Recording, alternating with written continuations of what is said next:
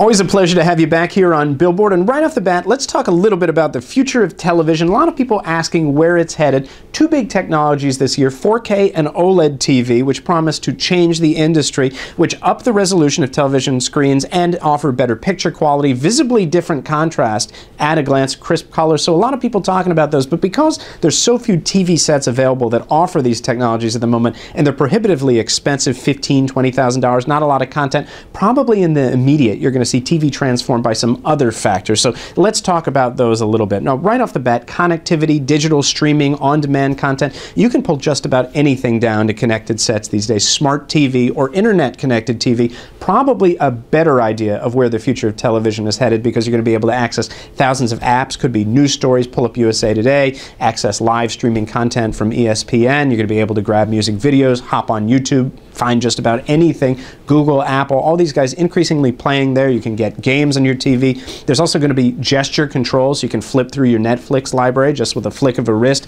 Voice commands, you're going to be able to say TV on, switch to CNN, any other channel, Bloomberg, pull up anything you want to watch on demand, and your TV is going to recognize your voice and your gesture, so going to be a lot more easier to interact with. The human element, the interface, the user interface, that's going to be a big piece of it. You know, right now, connected TV, you can get so much content on demand. Many TVs are Wi-Fi connected or have the ability to pull down content through an Ethernet connection, but not a lot of people, not a lot of shoppers out there quite realize why you would want to get all that content, what apps they have access to, and there's not been a lot of education surrounding this. So when it starts to take off, I think it's going to take off in a big way. But right now, most people interact with a TV passively. They need to learn that there is an interactive component, and it's increasingly being built into many of today's sets, so it's only a matter of time before the next generation takes to it. Now, of course, two-way communication going to be a big piece of this as well.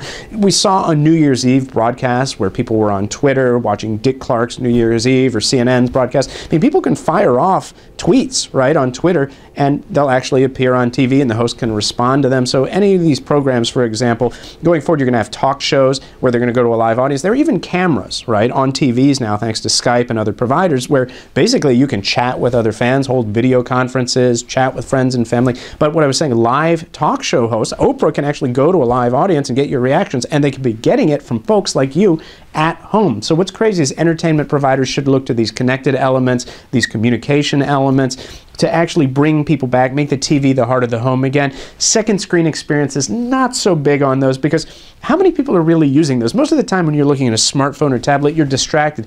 Madison Avenue loves these. I'm not so sure that Main Street does. So you have to keep in mind, right, if you're watching a show like Gossip Girl, yeah, you know, you can get a second screen app, find out about the fashion, do some shopping, but there's so many steps required there. It introduces friction to it. So every step that people have to say, they have to download the app, they have to know it's available, they have to be watching the TV show, they have to want to find out more information on what's going on screen. Most people are probably distracted, right? If you look at consumption patterns in your own home, when they're on the smartphone or tablet, your wife, your kid, they're probably there doing something else, and the TV's just on in the background. So I don't necessarily think second screen is the future of TV. Rather, it's finding new ways to bring attention back to that main screen. So a lot happening in the TV world. We'll find out more at CES 2013.